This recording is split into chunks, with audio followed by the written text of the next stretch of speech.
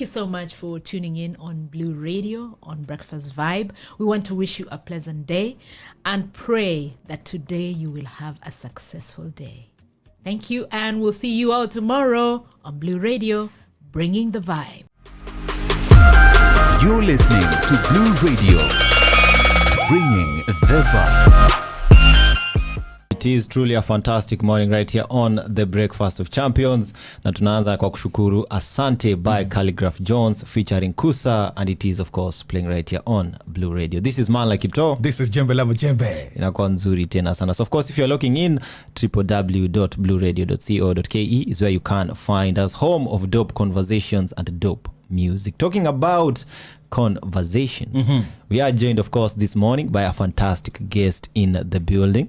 And of course I want to start off by, I like doing a long introductions, but today I want to give you the pleasure and the opportunity of course to tell our listeners who you are and what you do. Karibu sana. Good morning.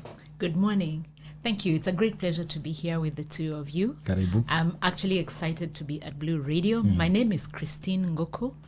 I am Assistant Director in charge of training and curriculum development at the Media Council of Kenya. Wow.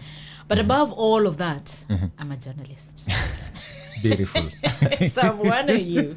I've been on television for 14 years. Wow. 14 good years. 14 years. That's amazing. like a long time ago because I exited active television in 2004. Okay. Wow. And so I went into many other things, including starting a radio station, which speaks, present tense, it speaks in my mother tongue. It speaks in your mother tongue. Yes. That's interesting. Unajua kusema 14 years ago, that's 204, I think I was in class 1. Yes, Don't do that. Don't do that. Don't do that. I have to go. It's on a Thursday. It's on a Thursday. do that. I have to go there, maze. Wa? Anyway, sitaki kusema mimi ni mzee, but it's all right. Hakuna mtu amesema wewe ni mzee. Yeye mwenyewe amesema sio.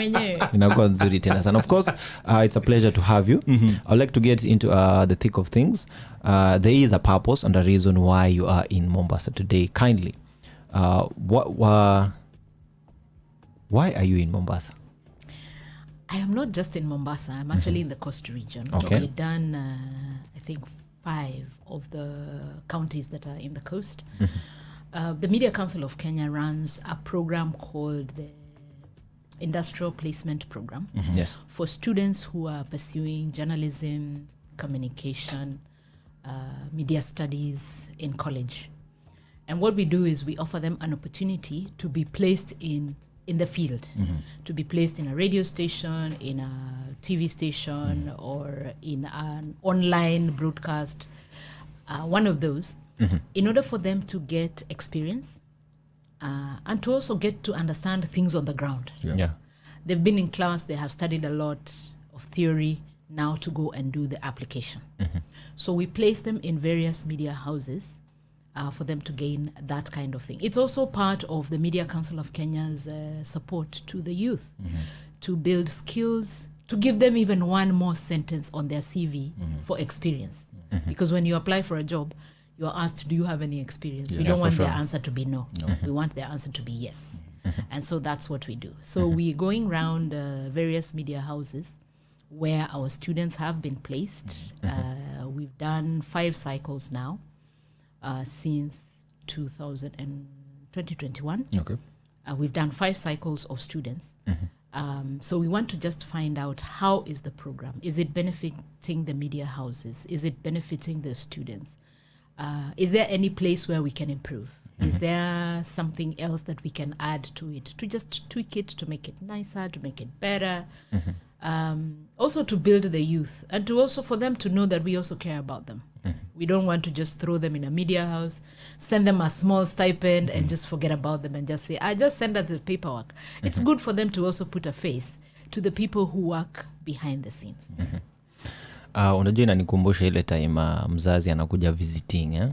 It's very very important waje wakutembelea, kufanyia shopping, that kind of thing. How does it of course impact these individuals when they see you visiting, making sure that whatever it is they're doing is actually the real thing? Because sometimes mtu anaweza sema niko tu mahali fulani, but they are not our learn anything. How important is it to ensure that as your mandate as the Media Council that, these guys are getting hands-on skills and experience that they deserve? The Media Council's mandate is to set standards Yes. for journalism training and journalism practice. So for us now, we are doing the mandate that has to do with journalism training. So when we visit, we are meeting two people. First, we meet the students, and the students get to understand, oh, okay, so these are the people behind this. I can tell them this is the challenge I am getting. When I arrived there, I was only assigned to pick tea for the boss, to run errands, to buy airtime for who and who, to send letters, and so on and so forth, which has nothing to do with what they are learning. Yeah. So we are able to assess, are they getting the practical skills related to what they are being trained for in college? Second thing is, we're also having a conversation with the media house to ask, is this really helpful? When the interns come, do they know anything? Are they able to apply something? In some places, we have already been told that the students come, but they're very green. Okay. They don't even know the basics of journalism, 5 W's and H. Who said what, when, where, why, how. They don't know.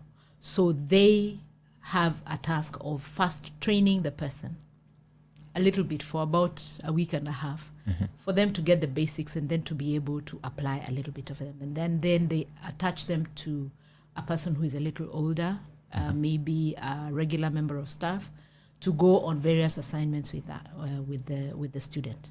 After that, they bring the student and say, now you have learned a little bit. Today you will go by yourself. That helps them to build confidence. So when we come in, they also see that, yes, the Media Council cares that I should come out of here with a skill. Because you never know. This might be the station that's going to give you a job later on. And so when we visit, we are able to tell them that you need to think about how you are applying yourself here. And also to familiarize themselves with the workspace. They've never worked.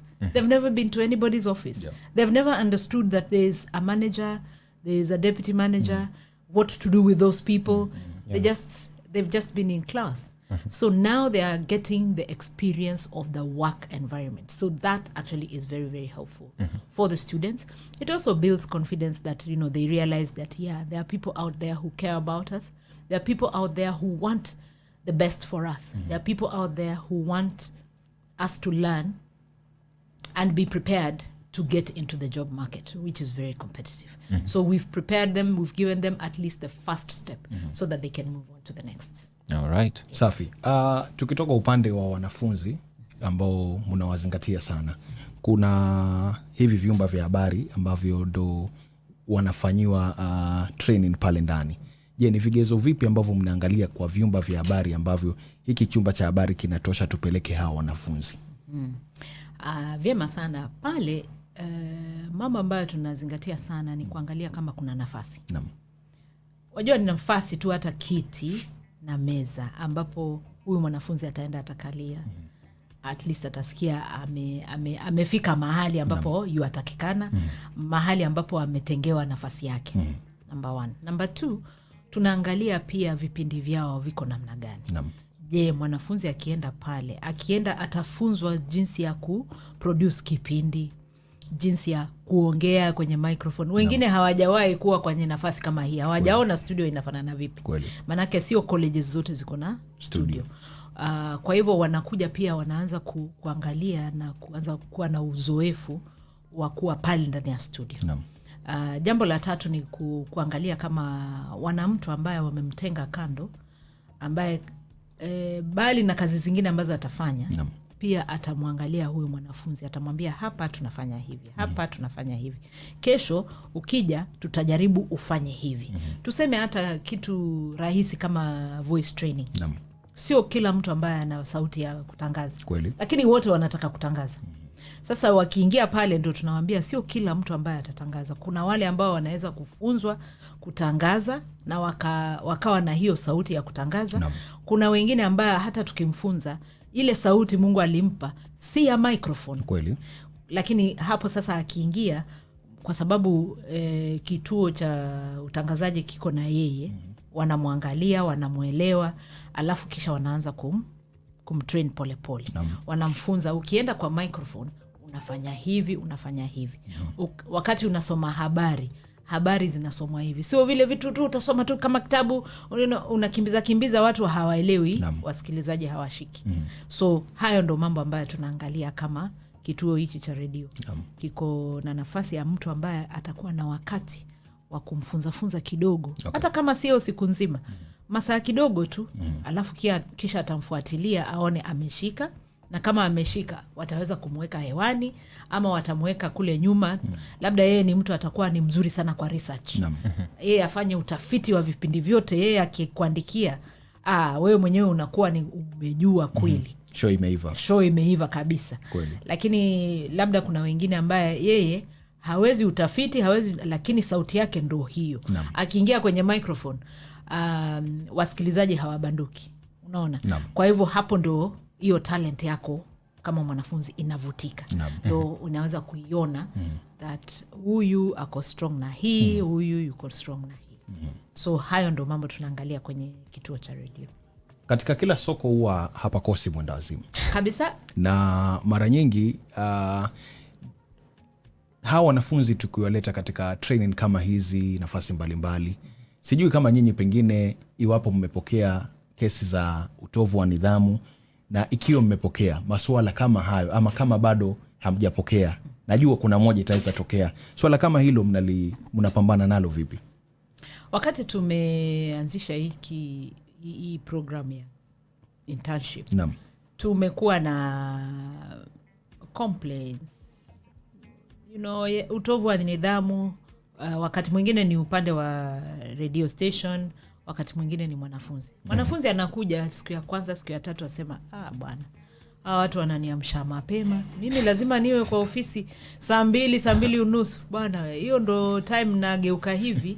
Sasa naenda kumalizia usingizi, so hawezi kuamka mapema. Ameshindwa hata kujieleza, kusema mimi mniweke shift ya saa 8, manake kuamka siwezi. Mwingine atasema nitaenda Monday Tuesday, alafu the rest of the week sionekani. Mimi nimeenda kufuata shughuli zangu. Kwa hivyo huo ni utovu wa nidhamu. Manake kukiwa kuna kazi, lazima kazi ifanywe. Na kuna mpangilio hiyo kazi inafanywa vipi, masaa ya kazi, utafika ukiwa msafi pia. Umejitayarisha mwenyewe kuingia ofisi. Kwa hivyo kunazo complaints zimefika. Zikija tunamuongelesha mwanafunzi, tunamuelezea kwamba hapa inabidi ufanye hivi. Lakini kabla hata hawajaanza, huwa tunawapeleka through training siku nzima. Tunawaelezea kuna mtu ambaye utampata kule, kuna nidhamu ambaye itatakikana pale kwenye ofisi, na kama kuna jambo ambalo halikufurahishi, unaambia watu sio kwenda kupigana ama kutukanana. Unaona? So tunawaelimisha, lakini kuna wale ambao hawashiki wala hawataki kufuata. Kwa hivyo kunao wengine ambao wameanzisha hiyo internship alafu wakaacha katikati. Wengine wakaachishwa na radio station yenyewe kwa sababu utovu wa nidhamu umepita kiasi. Kuna wengine ambao walienda, labda yale matarajio yao hayakufikiwa. Walitaka wakifika leo, kesho waweke hewani. Sasa wamengoja wiki imeisha, mwezi umeisha, wanaenda mwezi wa pili, hawana hawa hataki kuniweka hewani. Ametoka, ameenda zake, ameenda kutafuta kwingine. Kwa hivyo kuna yale maneno. Akitoka akienda kutafuta kwingine, tunazungumza na yeye, tunamuuliza kuna shida gani, nini anatuelezea. Akishamaliza kutuelezea, then tunamwambia kama hataweza, anaweza kuterminate hii yetu ama akatishe hii yetu, aende ajitafutie yake huko kando. Wakati mwingine pia kuna upande wa walimu pia wanakuja kuangalia wanafunzi wanaendeleaje, wamesoma nini. Kwa hivyo kuna kile kitabu ambacho wanaandika, hii wiki nilifanya production, nimejua kufanya hivi na hivi na hivi. Ndio pia mwalimu ajue imeongezea ujuzi wa huyo mwanafunzi. Manake wakirudi wanapewa grade. Na hiyo grade inasaidia graduate. Kuna wengine ambao hawawezi kugraduate mpaka wamalize hii internship. Na hii internship waifanye na wapate grade nzuri. Sio watu umeenda internship mpata D. Bwana wewe umekuja studio alafu umeenda kupata D. Bwana, mambo ya D darling. Jitahidi upite. Upite tena upate karibu na B, alama ya juu B, hapo. Naam. Manake hii ni kitu unafanya na mikono yako. Hii ni kitu ambayo unapenda. Naam. Sasa utaangukaje? Bas, akili kichwani. Nakuwa nzuri tena sana. Thank you for making the time. We definitely learned a lot. Since we are in the spirit of throwing it back on a Thursday, I'd like to take you back to your days in television. Utatufanyia outro tukitoka, tukifunga hiyo segment. Au sio? No problem. Asante sana. Oh, thank you very much. We would like to thank you for tuning in to Blue Radio this morning on our, what was the name of the program? Breakfast Vibe. Okay. So thank you so much for tuning in on Blue Radio, on Breakfast Vibe. We want to wish you a pleasant day and pray that today you will have a successful day. Thank you, and we'll see you